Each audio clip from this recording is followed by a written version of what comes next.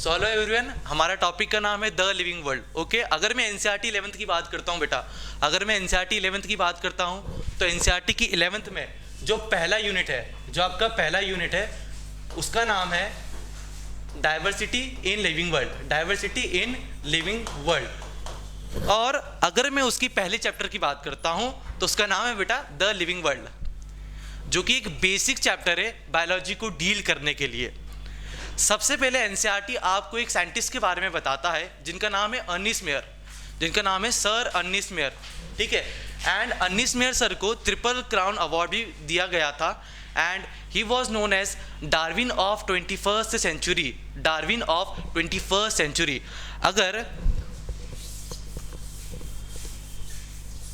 अगर मैं बात करूं कि उन्हें डार्विन ऑफ 21st सेंचुरी क्यों बोला गया, तो उसका एकमात्र रीज़न ये है कि उन्होंने स्पीसीज के बारे में बताया था, ठीक है।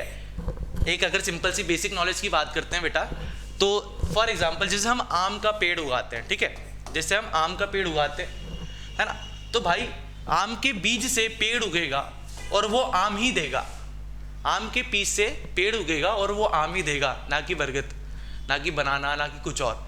तो ये शो करता है कि भाई फॉर एग्जांपल अगर दो ह्यूमंस रिप्रोड्यूस करते हैं तो एक ह्यूमन का ही बेबी आएगा, ठीक है, ना कि कोई हाथी आ जाएगा, ऐसा तो कुछ नहीं होता ना।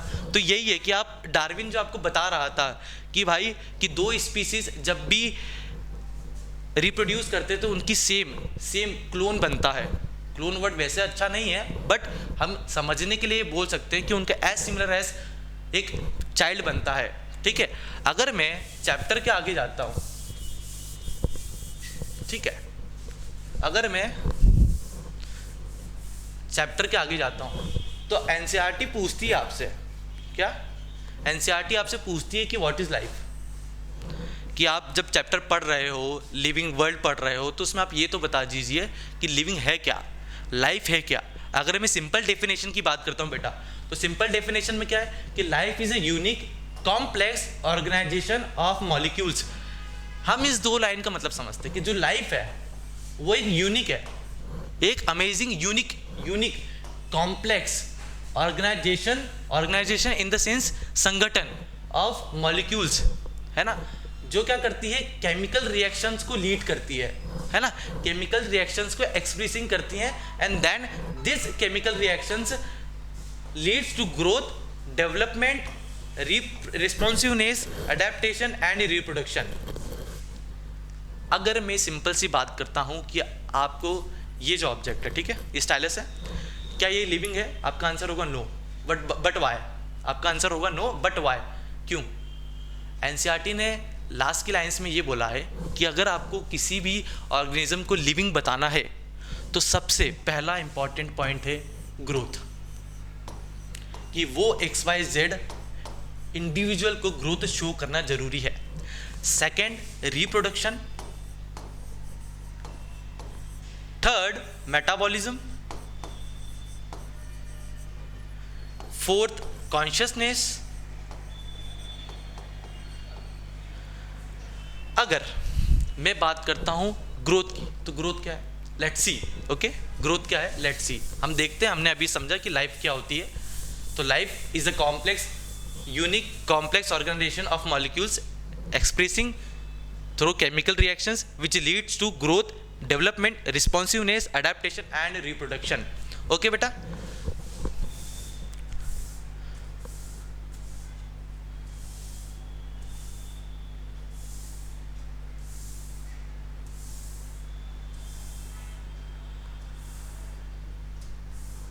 अरे यार क्या हो रहा है, ठीक है।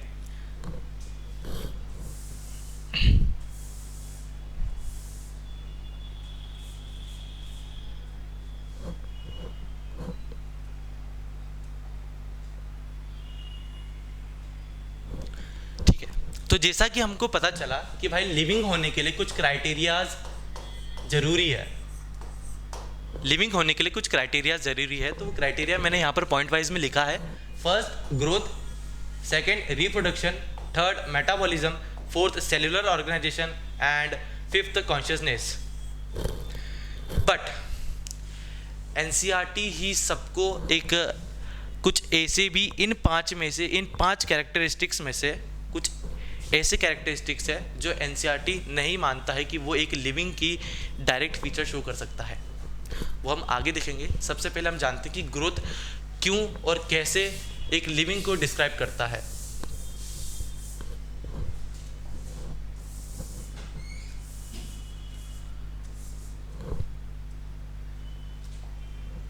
जैसा कि हमने देखा, जो ग्रोथ है वो एक लिविंग को वेरीफाई करता है कि भाई सामने वाला बंदा लिविंग है या नहीं है। ठीक है, हम इसकी एक सिंपल डेफिनेशन की बात करते हैं तो एनसीईआरटी ये कहता है कि ग्रोथ इज इंक्रीज इन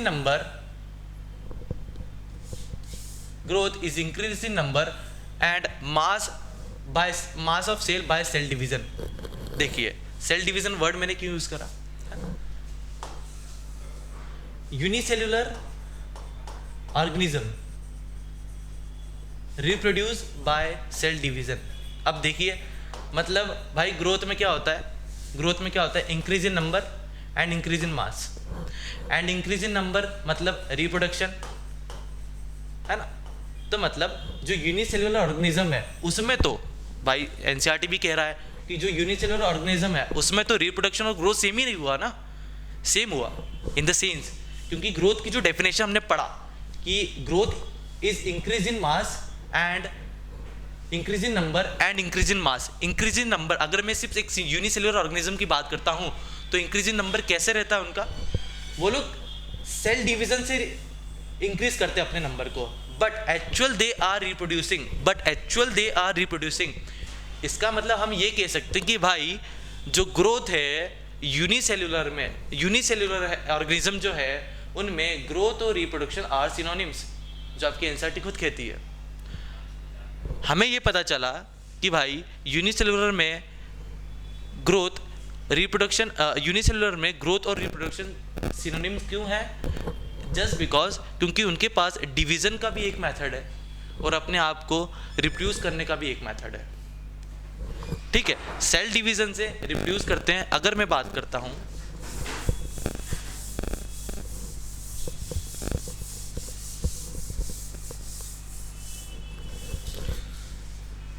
ठीक है, अब मेरी बात सुनिए। आपने शायद माउंटेन्स देखे होंगे। एनसीईआरटी ने बोला कि इंक्रीज इन मास और इंक्रीज इन नंबर। हमने हमेशा पहाड़ देखे हैं, ठीक है, बचपन से लेके अभी तक हमने हमेशा पहाड़ देखे। शायद पहाड़ के ऊपर रेत आती है और धीरे धीरे करते हुए वो अपने आप को ग्रो कर लेती है, बट पहाड़ तो एक नॉन लिविंग है ना। तो एनसीईआरटी कैसे बोल सकती है कि growth is a defining features of living organism? That not been possible. तो हम एक ड्रॉबैक बन जाता है कि growth can not be say as defining feature of any living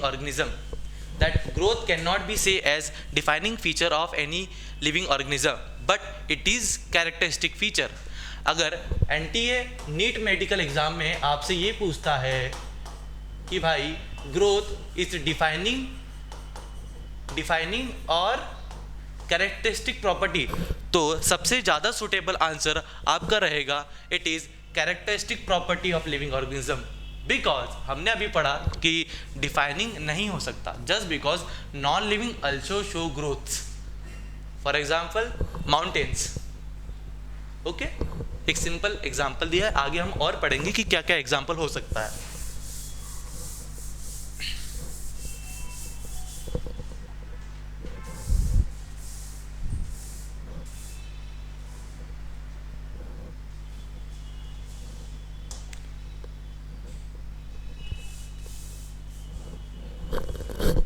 देखिए, एनसीईआरटी सेकंड लाइन में आपको ये बोलता है कि भाई जो ग्रोथ है in plant growth continue through out their life span. एक बरगद का पेड़ मैंने उगाया था बचपन में, आज वो बहुत बड़ा हो गया, ऐसा नहीं है। अभी उसकी एज, मतलब आप देखिए, मतलब प्लांट, कोई सा भी प्लांट है आपके पास में, वो लाइफ टाइम बढ़ता है। इंसान मर जाएगा लेकिन प्लांट बहुत टाइम बाद मरता है और उसकी ग्रोथ कंटिन्यू रहती है। फॉर एग्जांपल अगर 18 के बाद में बच्चों की ग्रोथ रुक जाती है, ऐसा बेसिकली नॉलेज ले कि 18-19 के बाद में हाइट ग्रोथ रुक जाती है, ठीक है, तो बट प्लांट में ना हाइट रुकती है ना, ना कुछ रुकता है, ठीक है, तो प्लांट में अनलिमिटेड ग्रोथ मिलती है एंड एनिमल्स में लिमिटेड ग्रोथ मिलती है। तो ये याद रखिएगा कि प्लांट में अनलिमिटेड ग्रोथ मिलती है और एनिमल्स में लिमिटेड ग्रोथ मिलती है, ठीक है।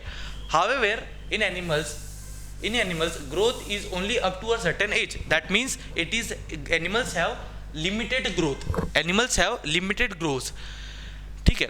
however cell division occurs to replace lost cell। अगर मैं RBCs के नाम लेता हूँ, अगर मैं RBC के बारे में बताता हूँ आपको, ठीक है, रेड ब्लड सेल, अगर मैं रेड ब्लड सेल के बारे में आपको बताता हूँ तो भाई है ना, जब हमारी RBCs मरती है, ठीक है, जब हमारी RBCs मरती है, फॉर एग्जांपल एक सिंगल RBC मर गया, ठीक है, उससे रिप्लेस करने के लिए जो एक्स्ट्रा RBCs है वो अपने आप को सेल डिवीज़न में ले जाती है और न्यू सेल फॉर्मेशन करती है। ये शो करता है कि cell division occurs to replace lost cells, okay.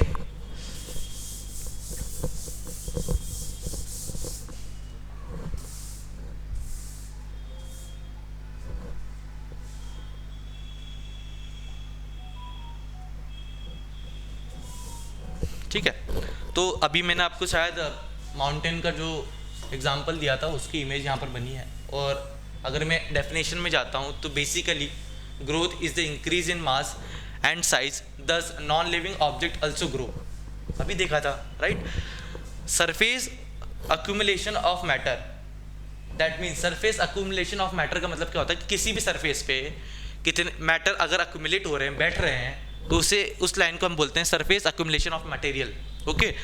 So growth is not a defining property of living organism, but growth is a characteristic property of living organism, okay, growth is a characteristic property of living organism। in defining organism growth is from inside, है ना। देखो दो, अगर मैं growth की बात करूं तो growth can be say as intrinsic and extrinsic. Intrinsic in the sense internal growth, अंदर से, एंड एक्सट्रिंसिक मतलब बाहर से, ठीक है। अगर मैं बाहर से बात करूं तो भाई एक्सट्रिंसिक ग्रोथ कौन कौन शो करता है, माउंटेन्स हो गए, जितने भी कुछ नॉन लिविंग ऑब्जेक्ट्स की बात करते हैं, पूरे नहीं, जितने भी for example mountain, sand dunes, ये बात करते हैं, ये अक्यूमुलेशन करते हैं, इनके ऊपर अक्यूमुलेट करते हैं मटेरियल्स, ठीक है, तो दे आर एक्सटेंसिव ग्रोथ, क्योंकि ये लोग बाहर से ग्रो शो करते हैं। अगर मैं ह्यूमंस की बात करता हूँ, अगर मैं एनिमल्स की बात करता हूँ, अगर मैं प्लांट की बात करता हूँ, तो दे show intrinsic growth, in the sense internal growth show करते हैं, ठीक है।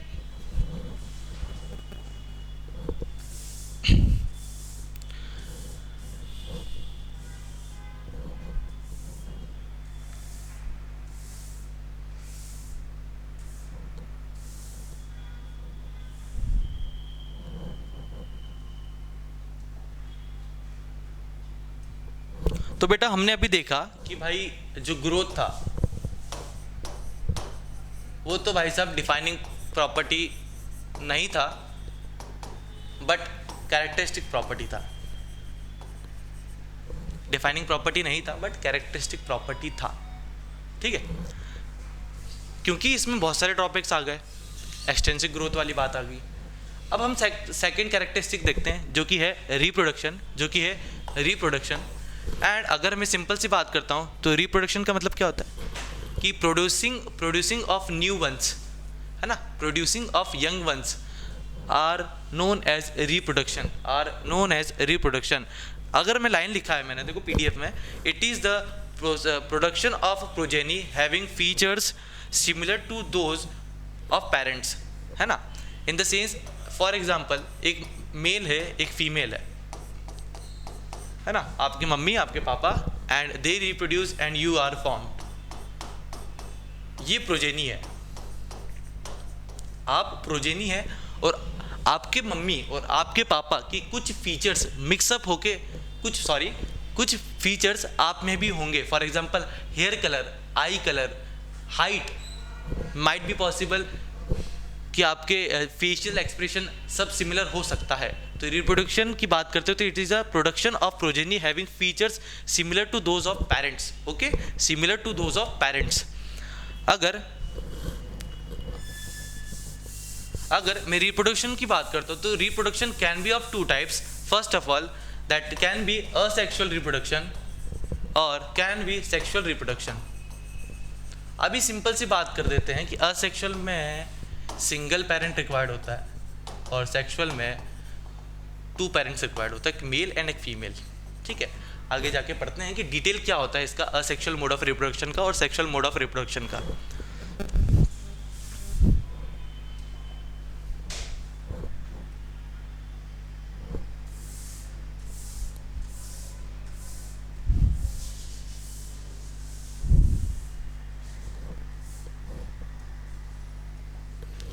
है ना,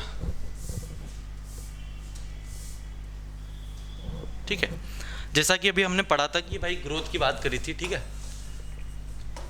देखिए यहाँ मैंने लिखा है, पहले अपन डील करते हैं कि दो unicellular organism growth and reproduction are same because they reproduce by cell division. मैंने अभी बताया था कि एक सिंगल सेल है, उसने सेल डिवीजन करा, cell division in the sense अपने आप को डिवाइड करा, एक सेल 2 सेल में बटा एंड देन ये 2 सेल अपने 2 अलग अलग सेल्स में डिवाइड हुए।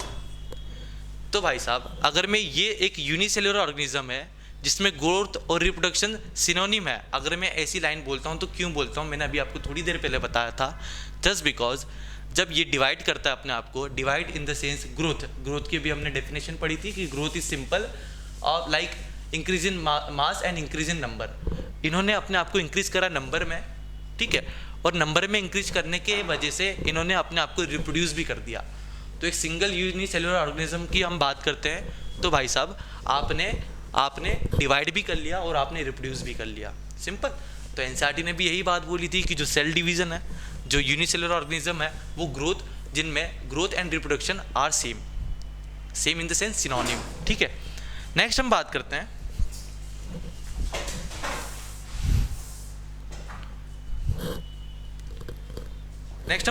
कि भाई अब रिप्रोडक्शन पे भी सवाल उठा कि आप ये बता दीजिए कि रिप्रोडक्शन क्या है, ये भी डिफाइनिंग फीचर है या कैरेक्टरिस्टिक फीचर है।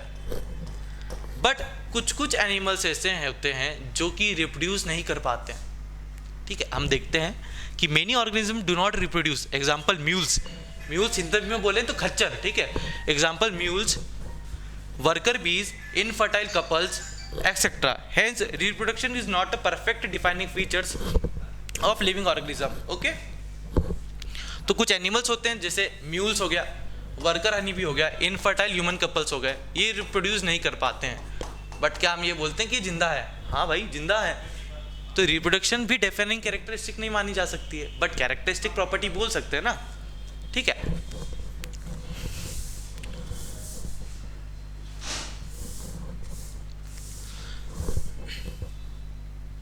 तो हमने आज पढ़ा कि लिविंग क्या होता है, लिविंग की कैरेक्टरिस्टिक प्रॉपर्टीज 2 हमने पढ़ी, ग्रोथ एंड रिप्रोडक्शन। तो हम कल कंटिन्यू करेंगे next property that is metabolism. Thank you and have a nice day.